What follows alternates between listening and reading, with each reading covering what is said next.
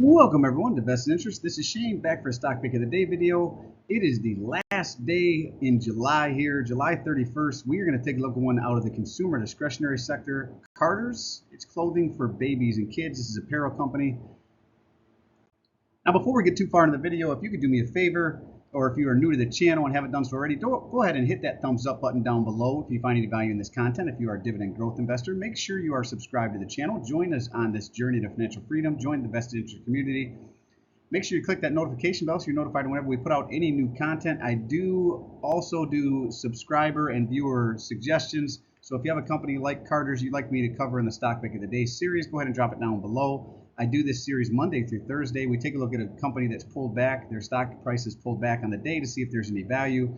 I also do portfolio updates every Sunday morning, and I do a recap for the month of the dividends and options I was in, as well as a preview of what I'm looking to buy as we go into the next month. So if you haven't seen my 5 stocks I'm looking to buy in August video, go ahead and check that out as well. And again, really do appreciate everyone who's taking the time to do that. It doesn't cost you a thing. It really does help out a small YouTube channel like mine with the YouTube algorithm. So again, hit that thumbs up. Make sure you are subscribed to the channel. Hit that notification bell and drop a comment down below. Let me know what you think of Carter's. Let me know what you think of the videos. Love to hear from you in the comment section below. Now, this is the Vested Interest Stock Screener. Now, there are thousands of stocks in the stock market. This is a way I take a look at a high level at a company using the criteria laid out in the screener to see if I'm interested in doing more of a deep dive into the company's financials. Looking at stuff like their balance sheet, their income statement, their debt to equity ratios. Is their revenue growing? Are their margins expanding over time? Are they paying down their debt? Do they have more assets over liabilities? Are they taking shares out of the market by repurchasing shares, or are they diluting you as a shareholder by putting more shares into the market as ways to raise revenue? And the screener doesn't mean if it passes 5 of 8 or 6 of 9 if it's a bank or a financial company like a insurance company, then it's 6 of 9. And just because it meets 5 of 8 or 6 of 9, again, does not necessarily mean I'm investing. It just means it goes onto my watch list, and then I do more of a deep dive into the financials. I also do a discounted cash flow analysis of the company and see what I'm willing to pay, or a range of what I'm willing to pay. And then, and only then, whenever it reaches that range, do I invest. And you should not be blindly copying even my screener or my investing criteria. You should be creating your own. We are all individual investors. We are at different ages. We are at different stages in our life. We are at different stages in our investing journey as well. So make sure you are tailoring your investing criteria to your investing strategy based on where you are at in your investment phase of life. And you can use this screener as a starting point, but just tweak it to what you would like to see, change whatever you need to, and then, like I said, make sure you're doing your own due diligence. And if you do not want to look at the financials of companies and do deep dives into companies, find out how they're making their money, how are they making their revenue, what do their balance sheet and income statement look like, then you should probably stick to index funds or ETFs. Warren Buffett would say to invest in something that tracks the S&P 500, so something like VOO, which is Vanguard's stock market S&P 500 ETF, as well as SPY. That's another ETF. There are several ETFs out there that track the S&P 500. So if you don't want to do those deep dives into the financials of companies, then stick to ETFs or index funds that track the S&P 500. Now back to Carter's. You can find them at www.carters.com. That's www.carters.com. And if I'm being completely honest, I actually came across this company when I was looking at stocks that were down today, and actually wanted to take a look at Oshkosh B'gosh, and they fall underneath Carter's umbrella. So Carter's umbrella holds several different companies. They all sell children's apparel, children and babies apparel. Carter's Inc. is the largest branded marketer in North America of apparel exclusively for babies and young children. The company owns the Carter's and Oshkosh B'gosh brands, 2 of the most recognized brands in the marketplace. These brands are sold through over 1,000 company-operated stores in the United States, Canada, and Mexico, and online at www.carters.com. That's what we went over down below. www.oshkosh.com, www.cartersoshkosh.ca, that's their California brand, and www.carters.com MX, that's their Mexican.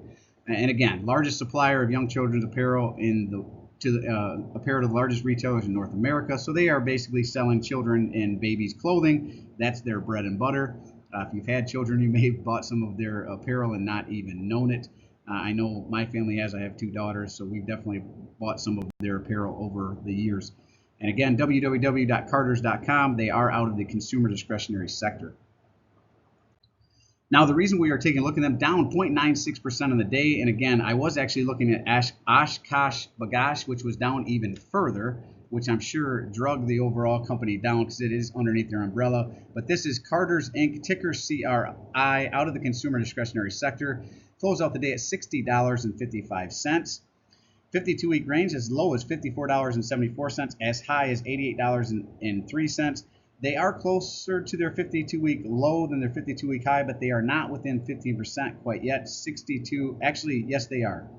They are within $62 and some change would be within 15% of their 52-week low. So they are within 15% of their 52-week low.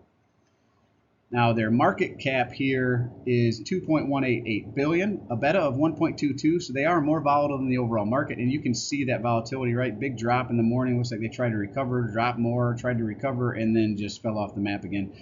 So very volatile company here. You might be able to use that volatility to your advantage if you're interested in investing. Try to be buying on the low points, right? Don't be buying up here on the high days or high times.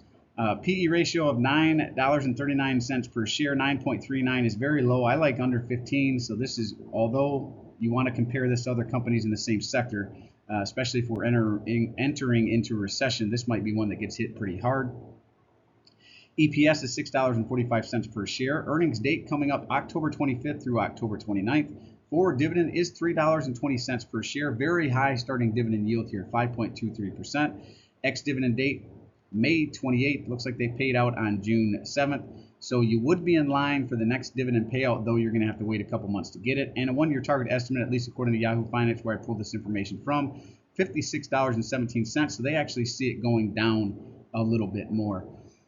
Now we're going to jump over and look at dividend yield theory. To do that, we look at their 5-year dividend yield average, 1.66%. We compare it to the current 5.23 over here where it says 5.23 in the forward annual dividend yield, same number. And since it is higher than their 5-year average, that speaks to undervaluation and significant undervaluation if dividend yield theory is to be believed. Payout ratio very low. I like 75% or under that. They're sitting at 48.06%, so that gives them a lot of room to continue to increase this dividend over time, pay down debt, make acquisitions, reinvest back into the company, all the things companies do with free cash flow.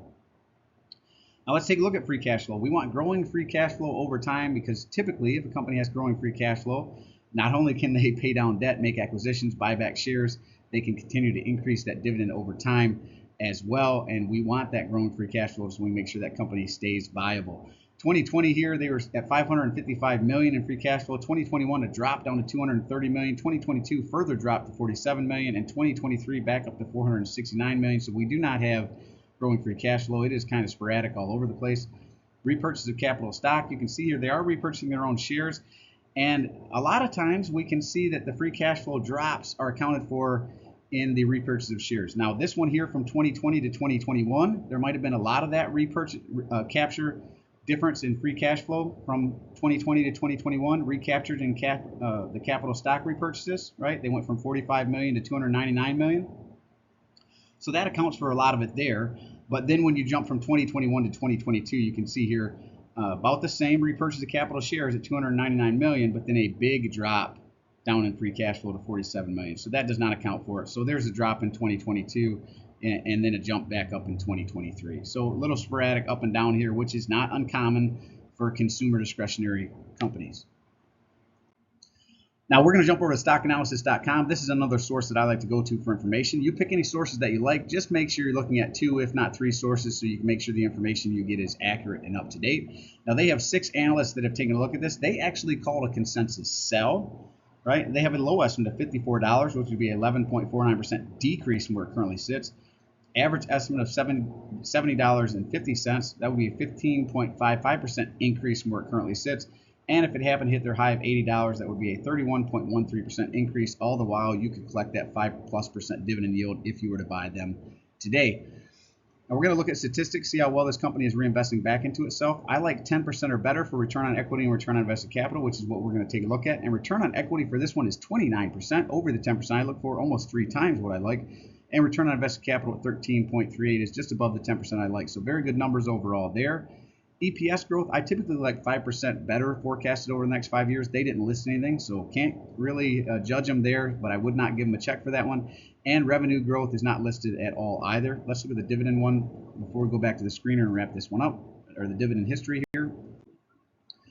So quarterly payout ratio under 50%. They have 49.54 according to stockanalysis.com. Yahoo Finance had them at 48. So either way, under 50%, under the 75% I'm looking for. Dividend growth is slow, but it is growing.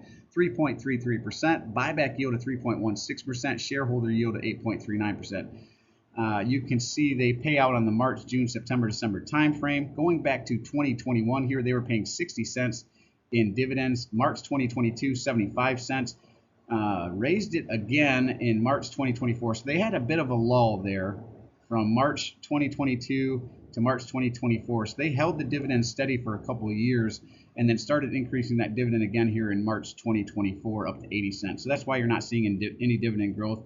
They have grown it over the last year, but there was a bit of a lull there from 2022 to 2024. So we'll say no dividend growth on this one overall.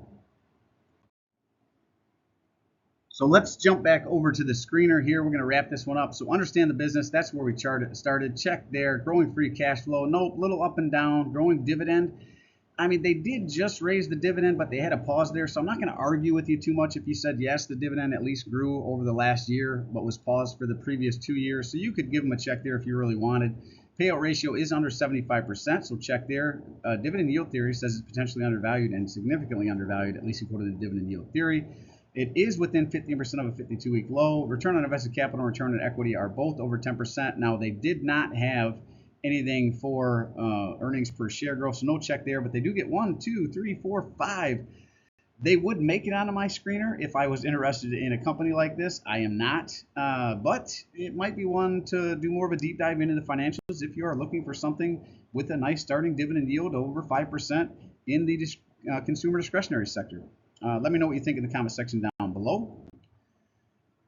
And as always, appreciate you stopping by. If you haven't done so already, don't forget to show me some love. Hit that thumbs up, ring the notification bell. Most importantly, subscribe to the channel. Join us on this journey to financial freedom. Join the vested interest community, building a community of like-minded dividend growth investors so we can share our experiences, share our investing knowledge. We cannot benefit from each other's investing, but we can certainly benefit from each other's investing knowledge. So don't be afraid to ask questions in the comment section down below.